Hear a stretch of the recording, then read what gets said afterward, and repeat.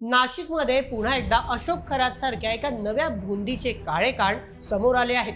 तब्बल 63 वर्षांच्या पत्रकाराचे 100हून अधिक आक्षेपार्ह व्हिडिओ पोलिसांच्या हाती लागले आहेत. अशोक खरात नंतर नाशिकमध्ये ही सलग दुसरी घटना नोंदवली गेली आहे. यामुळे नाशिक जिल्हा गुन्हेगारीचा बालेकिल्ला असंच म्हणावं लागतंय. हा तथाकथित पत्रकार स्वतःला महिला कन्सल्टंट म्हणायचा. त्याने आपली एक महत्त्वाची हार्ड डिस्क हरवण्याची तक्रार पोलिसांकडे दिली होती. या तक्रारीनंतर पोलिसांनी 4 जणांना ताब्यात घेतलं आणि तपासानंतर हे धक्कादायक प्रकरण समोर आलं. तर नेमकं काय आहे हे 100 व्हिडिओचे प्रकरण? कोण आहे हा नाशिकमधील खरा 2.0? या हार्ड डिस्क चोरून पोलिसांसमोर हा प्रकार उघडीच करण्याचा प्लॅन नेमका कोणाचा होता? 100 महिलांवरील अत्याचाराचे आरोप कितपत सत्य आहेत? चला या सर्व प्रश्नांवर सखोल चर्चा करूया आणि नाशिकमधील या खरा 2.0 प्रकरणाची संपूर्ण माहिती अगदी सविस्तर पद्धतीने जाणून घेऊयात आजच्या व्हिडिओमध्ये. आजच्या बातमीचे लेखक आहे मेहुल मराठे. मित्रांनो, मागील महिन्यात नाशिकमधील स्वतःला प्रसिद्ध अंकशास्त्रज्ञ आणि ज्योतिषाचार्य म्हणून घेणारा ढोंगी अशोक खरातचे काळे प्रकरण संपूर्ण महाराष्ट्राने पाहिले. या संदर्भातील अनेक धक्कादायक व्हिडिओ मोठ्या प्रमाणात व्हायरल देखील झाले. सत्ताधारी आणि विरोधी गटातील अनेक मोठ्या नेत्यांचा या खरातशी सरळ संबंध उघड झाला. त्यानंतर राज्यातील राजकीय वातावरण या प्रकरणामुळे फार दिवस तापले होते. या प्रकरणी पोलिसांनी अशोक खरातची कसून तपासणी केली होती. या सर्व घटनेमुळे नाशिक हे महाराष्ट्राचे हॉटस्पॉट झालं होतं. पण आता पुन्हा एकदा नाशिकमधूनच या खरात प्रकरणाची पुनरावृत्ती घडली आहे. स्वतःला महिला कन्सल्टंट म्हणवणाऱ्या एका 63 वर्षीय व्यक्तीचे तब्बल 100 आक्षेपार्ह व्हिडिओ बाहेर आले. म्हणूनच राज्यात आता या प्रकरणामुळे आश्चर्य व्यक्त केले जात आहे. तर याबद्दल सविस्तर माहिती अशी की या 63 वर्षीय पत्रकाराने दिनांक 2 एप्रिल 2024 रोजी नाशिक जिल्ह्यातील सातपूर पोलीस स्टेशन येथे त्याची हार्ड डिस्क चोरीला गेल्याची तक्रार केली. पोलिसांनी दिलेल्या माहितीनुसार या व्यक्तीकडून आरोपींनी तब्बल 12 लाख रुपये खंडणीची मागणी केली होती. या व्यक्तीकडून सांगण्यात आले की त्या हार्ड डिस्कमध्ये त्यांचे जुने मैत्रिणीबरोबरचे फोटो आहेत, जे व्हायरल करण्याची धमकी आरोपी त्याला देत आहेत. या फिर्याद नोंदवणाऱ्या पत्रकाराने सांगितले की 12 लाख पैकी 10,000 रुपये आधीच आरोपींना दिले आहेत, पण आता व्हॉट्सॲप मेसेजेसच्या माध्यमातून आरोपींकडून उर्वरित रकमेची मागणी करण्यात येत आहे. या व्यक्तीच्या तक्रारानंतर पोलिसांनी घटनेचे गांभीर्य लक्षात घेऊन तत्काळ ॲक्शन घेतली. नाशिक जिल्हा क्राईम ब्रांच आणि सातपूर पोलिसांनी एकत्र मिळून या संदर्भातील सर्व माहिती गोळा केली. त्यानंतर पोलिसांनी आरोपींचा पत्ता शोधून त्यांना तत्काळ अटक केली.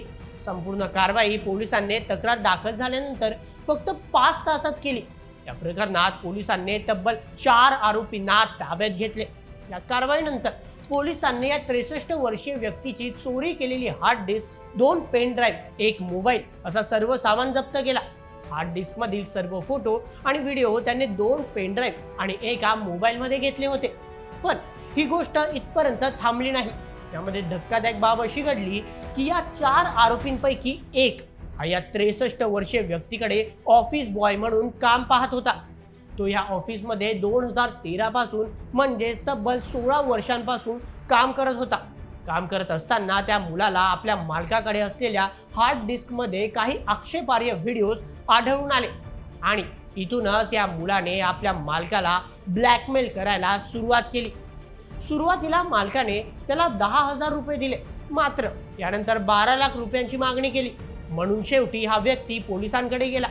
पण मित्रांनो, हे प्रकरण दिसतं तेवढं सोपं नाही, कारण पोलिसांनी या प्रकरणात आता सखोल तपास केला आहे.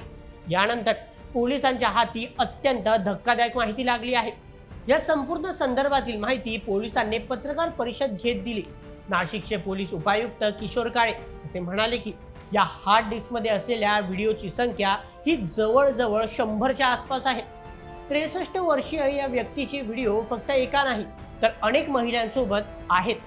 जेव्हा पत्रकारांनी हे प्रकरण शोषणाचे किंवा अत्याचाराचे आहेत का असा प्रश्न उपस्थित केला, तेव्हा पोलीस उपायुक्त म्हणाले की हे व्हिडिओ प्राथमिक माहितीनुसार एकाच लोकेशनचे म्हणजे या व्यक्तीच्या ऑफिसमधील आहेत.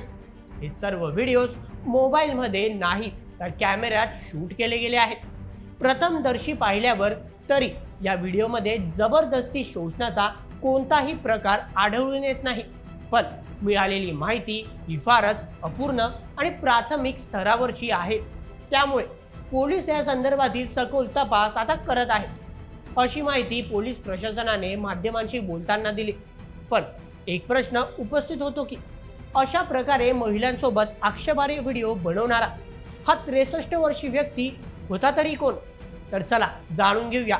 मित्रांनो, 63 वर्ष वय असणारा हा व्यक्ती स्वतःला पत्रकार म्हणून घेणारा व्यक्ती आहे.